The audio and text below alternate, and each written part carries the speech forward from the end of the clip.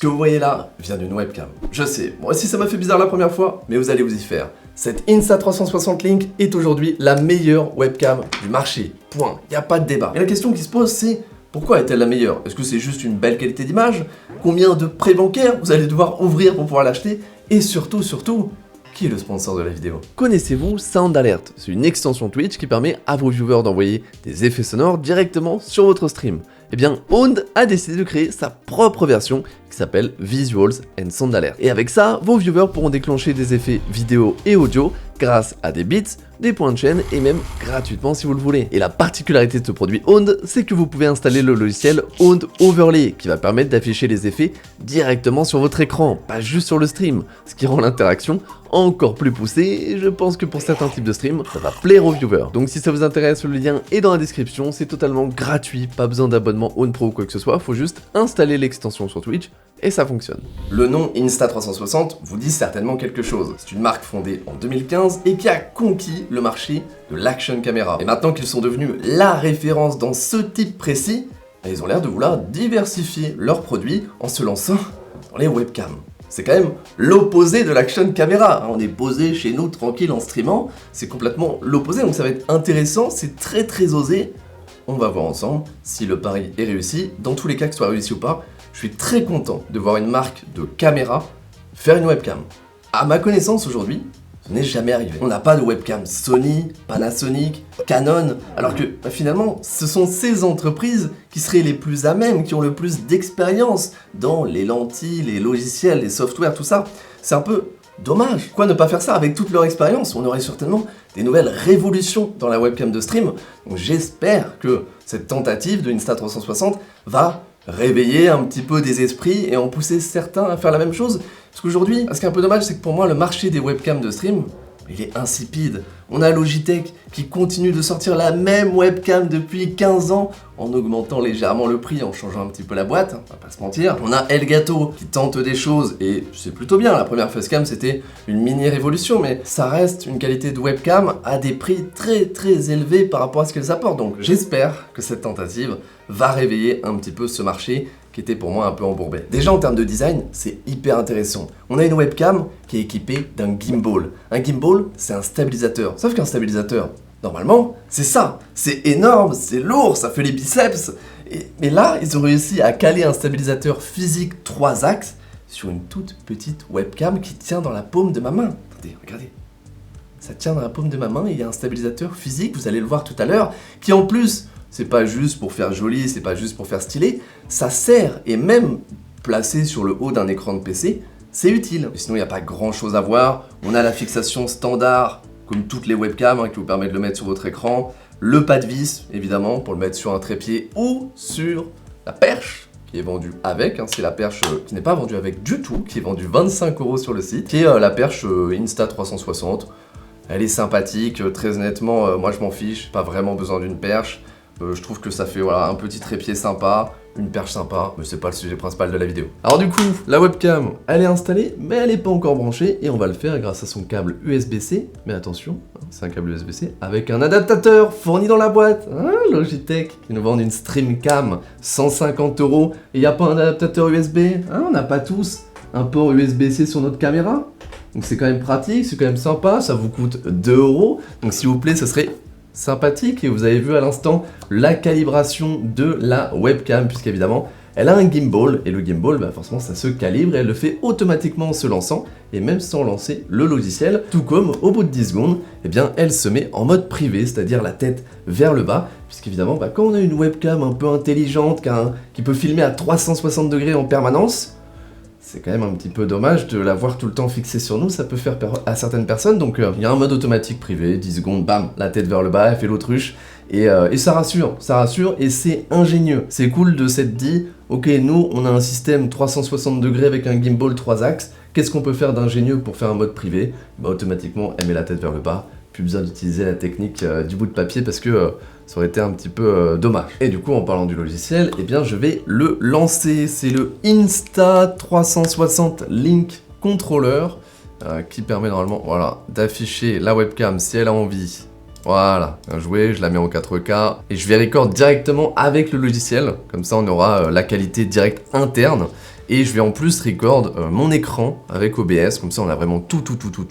Là vous avez la qualité directement de la webcam sur le logiciel et sur OBS, vous avez tout naturel. Et on va aller ensemble regarder un petit peu tous les différents menus et vous allez voir qu'il y a plein de fonctionnalités extrêmement intéressantes, autre que juste voilà, le streaming standard. Oui, petit cut bizarre, il y a moins de lumière, mais c'est parce que j'avais une énorme lampe de studio qui m'éclairait, du coup ça rendait le tout surexposé de fou, donc là c'est un petit peu plus ambiance stream, j'ai une lumière en face de moi, tranquille, une toute petite lumière ici, donc c'est vraiment la qualité que je devrais avoir en stream avec la webcam, donc à vous d'en juger. Pour moi, c'est la meilleure webcam que j'ai jamais possédée, je pense pouvoir affirmer que c'est la meilleure webcam qui existe en termes de qualité, c'est à vous de le décider, mais moi je le pense. On va aller voir les petits settings, parce qu'évidemment il n'y a pas que la qualité d'image exceptionnelle dans cette webcam, on a notamment un petit bouton pour changer l'angle de la caméra, on peut notamment voir mon caméraman de génie bien sûr, nouveau caméraman de génie, et là où vous vous dites, oui mais les webcams dernièrement, la facecam et tout, elles peuvent faire ça, mais non, elles font ça de façon numérique, c'est-à-dire qu'elles croppent l'image et après, elles font bouger le crop. Là, c'est pas ça. Là, il y a un gimbal. Il y a un gimbal, ce qui fait que quand je me déplace, la caméra se déplace physiquement et elle peut se déplacer à 360 degrés. À savoir qu'on peut bouger aussi directement en cliquant ici. Et ça, c'est fluide. Hein. Oh, c'est rapide et fluide. Vous avez vu ça? Attendez, je vais aller... La vitesse! Mais là... La vitesse du truc, c'est fou! Oh là là, je m'en lasse pas. Alors oui, c'est gadget ça, mais c'est bon. Hey, laissez-moi m'amuser un petit peu. On a évidemment un bouton en dessous pour zoomer. Voilà, je sais pas trop à quoi ça... Pas à quoi ça servirait, mais on a de quoi zoomer. On a des positions, et ça c'est exceptionnel. Alors attendez, qu'est-ce qu'il y a comme position d'enregistrer déjà de base? Oui. Non mais c'est intéressant, c'est hyper intéressant. Parce que là, vous comprenez pas forcément. Bon, l'exposition, il va falloir faire en sorte de la régler pour pas qu'elle bouge, mais on va le faire après. Imaginez, là, je suis en stream, tranquille, machin et tout. Et là, j'ai envie de montrer un invité qui arrive. Boum. Boum. C'est exceptionnel. Et évidemment, chaque position peut être réglée sur un raccourci clavier. Et qui dit raccourci clavier, dit aussi Stream Deck. Donc je peux en une touche du Stream Deck, hop, changer d'un coup. Et ici, voilà, là j'ai une troisième position, je sais pas pourquoi elle est là. Si, bah si, en vrai, entre nous deux, hein, pour avoir nous deux dans le cadre, juste moi dans le cadre, juste mon caméraman dans le cadre. Et ça, en 3 boutons, en 3 touches. C'est fou, et il n'existe pas de webcam aujourd'hui qui permet de faire ça. Et en fait, il n'existe pas de caméra aujourd'hui capable de faire ça. Je peux avoir une caméra à 6000 €, elle n'est pas capable de faire ça. Alors que cette petite webcam en est capable. Et ça, c'est fou, et j'applaudis Insta360 juste pour cette fonctionnalité-là. Et vous allez voir qu'il y en a encore un paquet. Notamment ici, on peut régler, bon, comme je l'ai dit, l'exposition. Là, c'est en automatique. Donc, je peux enlever l'exposition automatique. Moi, je me dis que j'ai envie de baisser un petit peu l'ISO. Voilà, j'ai envie de baisser un petit peu l'ISO. L'obturateur, pourquoi il a 1 sur... Alors, j'ai tout cassé. Voilà, ça c'était pas normal. Ça c'était un petit bug. Voilà, on est tranquille, on est à 250 ISO, 1 sur 50 obturateur. Donc on peut rendre voilà, totalement manuel l'éclairage. Et maintenant, du coup, je retourne dans mes positions. Hop, hop. Plus de problème d'exposition puisque je suis en manuel, ça ne se modifie plus automatiquement. On a une courbe, si vraiment vous voulez aller en détail, hein, ça c'est pour les gens qui font un peu d'étalonnage, mais moi je vais pas faire ça. La balance des blancs en automatique, je peux l'enlever, je vois pas l'intérêt honnêtement, souvent les webcams d'aujourd'hui sont capables de faire une bonne balance de blanc, ça se passe bien. Luminosité, contraste, saturation, acuité, pour moi faut pas trop y toucher, l'acuité je pense que c'est le flou, ok, c'est la netteté, voilà c'est super. Ça, c'est le premier truc que font les débutants dans le streaming, et je m'inclus aussi, mais on a tendance à se dire « Waouh, on a un slider de netteté, vas-y, je vais passer en 4K !» Non, c'est dégueulasse, donc ne faites absolument pas ça, s'il vous plaît. On a évidemment de quoi enregistrer les pré-réglages, mais ça, on s'en fiche un petit peu. Et là, on arrive à la partie extrêmement intéressante, et vous avez déjà eu un petit aperçu avant, c'est les gestes. Alors, qu'est-ce qu'on nous dit? On nous dit « Suivi automatique, paume ». Que se passe-t-il? Bon.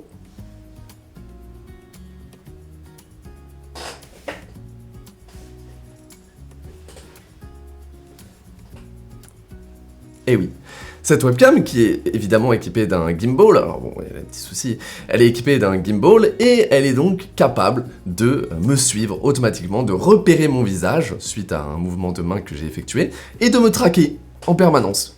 Et à une vitesse, mais vraiment, je ne peux pas la semer. Oh, j'ai réussi, j'ai réussi. Ouais, vous voyez, j'ai réussi. C'est quand même compliqué. Hein. C'est ce qui permet de pouvoir s'amuser un petit peu en stream, faire différentes choses. Là, vous vous dites, oui, mais personne va faire ça en stream. Vous avez raison. Mais typiquement, si j'ai envie de me lever en stream, j'ai envie de me lever. Alors, ça donne un angle de caméra chelou, je suis bien d'accord avec vous. Mais ça vous permet de vous lever et qu'on vous filme. Là, j'aurais une webcam normale, elle serait en train de filmer mes testicules. Ce qui serait un petit peu dommage quand même. Enfin, ça dépend de quel stream. Mais on va dire que sur Twitch, c'est pas ce qu'on cherche. Donc là, j'ai une webcam qui me suit en permanence et qui peut me permettre, si j'ai envie de me lever en stream, je mets un petit coup de paume, je lui dis « suis-moi » et elle me suit. Donc là, évidemment, j'enlève le suivi automatique, je baisse un petit peu le gimbal parce que je trouve que malheureusement, elle respecte pas trop la règle des tiers et elle laisse beaucoup d'espace au-dessus. Donc moi, j'aimerais bien qu'elle gère un peu mieux ça, mais ça, c'est des détails qui sont totalement améliorables juste avec des mises à jour. Ça, c'est cool. Qu'est-ce qu'on a d'autre? On a le L. Évidemment, si vous jouez à Fortnite, vous adorez le L. Et ben le L, là où il est pratique, c'est que je peux lui demander, avec un simple mouvement de la main, qui marche plus. Si, c'est bon. Avec un simple mouvement de la main, comme ça, je peux lui demander d'augmenter et de zoomer ma caméra. Alors normalement je peux le faire plus, mais vu que mon doigt sort... Attendez.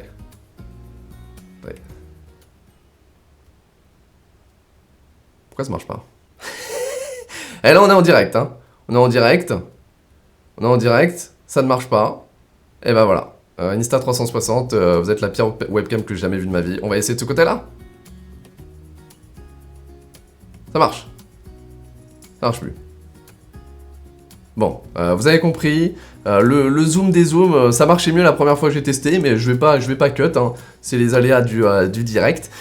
Normalement, ça marche plutôt bien, là ça n'a pas très bien marché, mais ça peut permettre encore une fois, en stream, si vous trouvez que vous êtes un peu trop zoomé, pas assez zoomé, vous mettez un petit signe de la main et elle peut dézoomer ou zoomer sans avoir besoin d'aller dans le logiciel, mais on est bien d'accord que mettre 2 clics dans un logiciel, ça va quand même déranger personne. Le tableau blanc, honnêtement, c'est pas très intéressant. Je vous mettrai peut-être un b-roll qui vous explique, qui vous montre un peu à quoi ça sert. Ça permet d'avoir un tableau blanc et de lui dire de suivre le tableau de bord et tout. Bon, ça servira à quasiment personne. Activer le suivi automatique, c'est pour justement suivre automatiquement quelqu'un.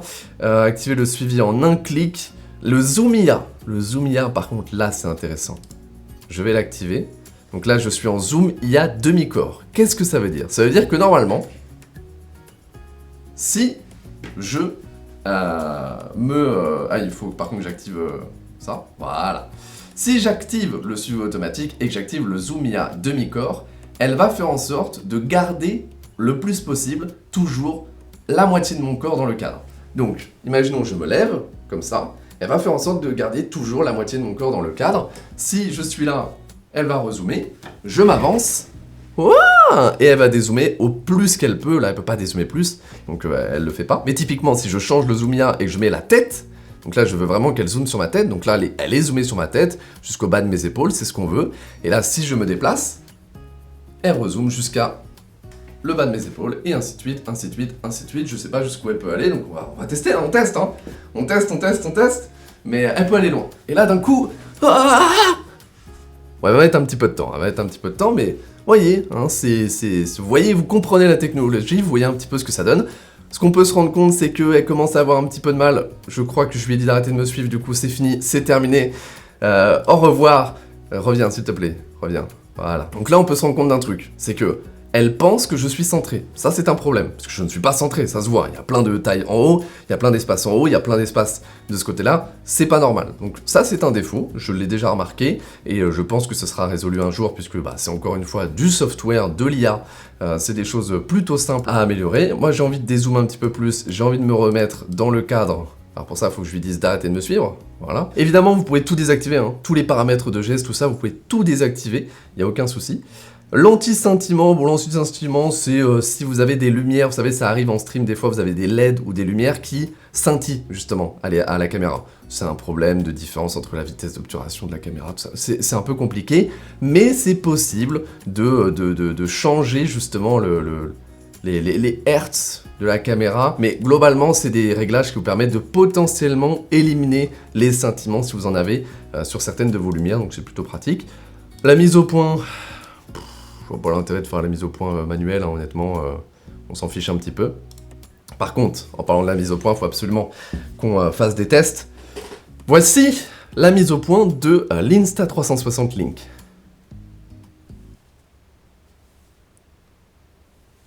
c'est n'importe quoi. Non mais je sais pas quoi dire. C'est au même niveau que la mise au point de mon Sony ZV-E10, un appareil photo. Appareil photo Sony. Sony qui sont réputés comme étant les meilleurs appareils photo, les meilleures caméras, on va dire, en termes d'autofocus. Et là, l'autofocus de cette webcam est exceptionnel. Mais je ne rigole pas, c'est hallucinant. J'ai jamais vu ça dans une webcam et je pense qu'on n'est pas prêt de revoir ça dans une webcam. C'est juste fou. Et j'ai hâte que toutes les webcams qui existent au monde aient ce genre d'autofocus parce que pour un streamer, bah c'est trop bien. Je peux m'approcher d'un coup, elle va pas perdre le focus, elle va pas faire ce qu'on appelle du focus breathing, bien sûr si on a un petit accent anglais, c'est-à-dire qu'elle va pas chercher le focus, elle sait où je suis, parce qu'elle a un autofocus, une face detection pour l'autofocus, et ça, en vrai il n'y a aucune webcam qui a ça sur le marché, même ceux qui disent qu'ils l'ont, vous voyez bien la différence, hein, essayez de faire ça avec votre webcam, hein, ça n'arrive pas, hein. Donc ça c'est fou, ça c'est encore une fois l'un des énormes points positifs de cette webcam et qui la transcende pour moi en dehors de juste la webcam. C'est une webcam, mais qui dépasse pour moi ce que sont les webcams aujourd'hui et le fameux marché de webcam dont je parlais au début de la vidéo, et ça je trouve ça vraiment super. Ensuite, on a quoi? On a le mode streaming. Alors là, c'est spécial. Le mode streaming, ça permet de stream soit en 9/16e, 9/16e, c'est-à-dire que c'est vue verticale. Alors attendez, là il y a le gimbal qui se prépare, elle va se mettre en verticale normalement, j'espère. Non, si, alors c'est bon. Là elle s'est redémarrée, elle s'est mise en 1080, je me mets en 1080 par 1920, et voilà, j'ai un mode vertical. J'ai un mode vertical, mais pourquoi avoir un mode vertical? Regardez! C'est exceptionnel, j'ai un mode vertical sur ma webcam que je peux changer, mais à tout moment. À tout moment, hop, un clic, je suis plus en vertical. Bon, encore une fois, l'exposition, tout ça, ça c'est à refaire. Mais pourquoi c'est bien? Pourquoi c'est bien d'avoir un mode vertical comme ça en un seul clic? Eh bien parce qu'il y a des personnes qui vont enregistrer en horizontal et qui vont ensuite cropper, hop, et retourner et mettre à la verticale. Ça ne marche pas comme ça. Parce que quand vous faites ça, vous perdez les 50% de votre image. Ce qui est dommage. Alors que si vous tournez la caméra en mode vertical, vous gardez l'entièreté du capteur, parce que le capteur de base il est comme ça, si vous le tournez, eh ben, il est comme ça. Donc vous gardez tout le capteur, donc vous ne perdez pas d'image. C'est très bien d'avoir ça dans une webcam, il y a d'autres webcams qui ont ça, mais le problème c'est que vous êtes obligé de le faire à la main et tout. Et là on a des moteurs, on peut s'amuser, on peut le faire nous-mêmes. Donc on le fait, c'est super. Le seul défaut, encore une fois, c'est qu'on est obligé de rester en 1080 pour se mettre en vertical, ce qui est un peu un problème, mais c'est pas non plus la mort. Je vais par contre enlever le mode streaming qui permet aussi du coup de passer en 50 ou 60 images par seconde. Je n'ai pas réussi. Je le dis tout de suite, je n'ai pas réussi. Et je vais me remettre en 4K bien sûr, parce que c'est quand même un petit peu mieux. Je relance le record sur le logiciel et on remet le gimbal parce que c'est un enfer. Voilà, c'est des petites choses, voilà, il y a des petits soucis quand même. Évidemment, mais c'est parce que là, je m'amuse à vous montrer toutes les fonctionnalités une par une, alors qu'en réalité, vous n'avez pas vraiment envie et ni besoin de faire ça. Le mode HDR. Alors le mode HDR, il est difficile à vous montrer comme ça en vidéo. HDR, ça veut dire High Dynamic Range, ça veut dire haute plage dynamique, donc c'est en rapport en fait avec la lumière, donc si vous avez énormément de lumière à un endroit de votre image et très peu à un autre endroit, ça permet de ne pas perdre de données, pas perdre de détails. L'image miroir, on s'en fiche, tout ça, on s'en fiche, et on a globalement fini avec toutes les options. Qu'est-ce qui me reste? Il me reste évidemment le suivi qu'on a vu, le mode tableau blanc, et oui, bon, ça c'est important. Tout ça, c'est important. Le mode bureau. Attention, je l'active. Et voilà. On a, d'un coup, la webcam qui filme mon bureau. Alors pourquoi là, elle filme mes testicules? Parce qu'en fait, le bureau est incliné, l'écran, il est incliné d'une certaine façon que ça, honnêtement, c'est pas lui faire... je lui fais un peu du tort. Très honnêtement, pour être honnête avec vous, là, je lui fais du tort. Donc je vais la recalibrer un petit peu à la main. Hop, pour vous montrer un peu mieux. Mais voilà la webcam qui se met en mode bureau. Et là vous allez vous dire, oui mais on s'en fiche, toutes les webcams sont capables de faire ça. Non. Je vais vous montrer ce que ça donne de mettre une Logitech ou n'importe quelle webcam sur votre écran et de l'incliner à 45 degrés. Ça donne pas du tout le même résultat. En fait ce qui se passe c'est que là, la webcam elle a une IA qui va prendre l'image, que je vais vous montrer de base faite avec une autre webcam, et qui va la modifier en croppant et en tordant l'image, hein, c'est vraiment complexe comme mécanisme, pour donner cette image plate où vous avez l'impression que vous êtes au-dessus de moi. Et c'est fou. C'est fou de pouvoir faire un top shot, on appelle ça comme ça, moi qui fais beaucoup de vidéos sur des claviers, j'appelle ça un top shot. Et aujourd'hui, faire un top shot, c'est compliqué. C'est compliqué, il faut réussir à trouver un moyen de mettre une caméra au-dessus de son bureau sans qu'on voit le pied, sans que ça gêne ou quoi que ce soit. Et là, c'est juste une webcam sur mon écran, j'active un bouton et bam, c'est comme si j'avais un top shot. Alors oui, c'est pas la même qualité que cette caméra Sony si je la mettais au-dessus de mon bureau, mais c'est quand même super si jamais en plein stream, vous avez besoin de montrer n'importe quoi, un papier ou je ne sais, et en plus, combiné avec l'autofocus de fou, bah c'est fou, c'est une dinguerie. Regardez, je m'en lasse pas, je ne m'en lasse pas.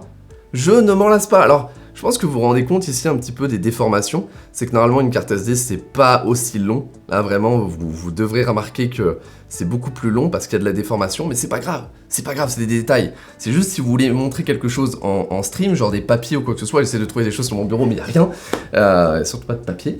Donc non, pour moi cette fonctionnalité, c'était encore une fois un énorme plus et qui la pousse dans une direction, en fait, en dehors du marché des webcams, tout en étant une webcam, et c'est que ça.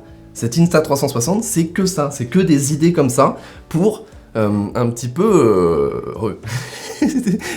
Je reviens sur la webcam et je vois qu'elle est complètement ailleurs. En fait, c'est que des idées comme ça qu'ils ont eu. Insta360, c'est... Ok, on a une webcam, on a envie de faire une webcam, mais comment on fait mieux qu'une webcam? Qu'est-ce qu'on peut rajouter à une webcam pour un petit peu apporter quelque chose de plus? Et là, je trouve qu'ils ont réussi à faire un travail exceptionnel. Il y a tellement de nouvelles choses. Et moi, quand j'ai vu ça, ça fait des mois que j'ai envie de l'essayer, des mois que j'harcèle Insta360 pour me l'envoyer, et ils me l'ont envoyé. Et tout ce que je dis, évidemment, je le dis pas pour leur faire plaisir, parce qu'ils m'ont pas payé, et la webcam, de toute façon, je l'ai, donc maintenant je peux dire que c'est de la merde, je m'en fous. Non, la webcam, elle est exceptionnelle. Et ceux qui diront le contraire, je suis désolé, mais...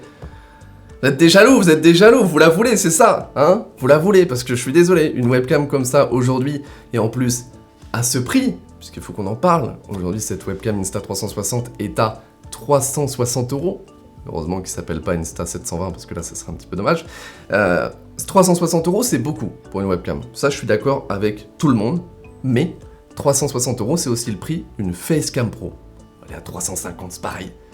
Allez regarder une review de la Facecam Pro, allez regarder cette review, bah regardez-la en même temps quoi, et osez me dire que cette webcam n'est pas un meilleur rapport qualité-prix qu'une Facecam Pro. Osez me dire que ça vaut la même chose. Même en qualité d'image, là actuellement, ça n'a rien à voir. Et après il y a tout le reste. Il y a le stabilisateur / gimbal, il y a le mode bureau, il y a l'HDR, bon, ça sert ou ça sert pas, il y a l'autofocus exceptionnel, bon là on se rend bien compte que je suis beaucoup trop exposé, mais il y a tellement de choses en plus qui transforment cette webcam et qui font que même malgré son prix élevé, c'est certainement la webcam la plus chère du marché, 360 €, mais c'est la meilleure webcam du marché. Et finalement aujourd'hui, je recommanderais presque de juste prendre une C920, C922 pour débuter, et ensuite si vous voulez vraiment passer au niveau au-dessus, bah vous prenez cette Insta360. Et honnêtement, je conseillerais même peut-être cette webcam à la place d'une vraie caméra. Comme ce que font beaucoup de streamers aujourd'hui, ils utilisent une caméra Alpha 6400, 7VE10, voilà, je les ai déjà cités. Et ben oui, c'est pas la même qualité, j'ai une bien meilleure qualité avec mon appareil photo, mais là, j'ai un gimbal qui fait qu'en un clic, je peux filmer mon bureau, j'ai un tracker, si jamais je veux me lever et faire des streams IRL, et toutes ces fonctionnalités, bah elles ne sont pas dans ma caméra. J'ai une caméra qui coûte 500, 1000 €, 1500 €, qui n'a pas certaines fonctionnalités que cette webcam a. Donc pour moi, ça se réfléchit. En tout cas, je suis content que cette webcam existe. J'espère que c'est que le début d'une nouvelle ère des webcams de stream. Et j'espère aussi que ce nouveau style de vidéo vous a plu. Hein. Je sais que c'est vraiment nouveau, donc faites-moi un maximum de retours. Vous me dites j'aime pas ça, j'aime bien ça, tout ça. Moi, je vous retrouve comme d'habitude dans la prochaine. Et je vous dis, amusez-vous.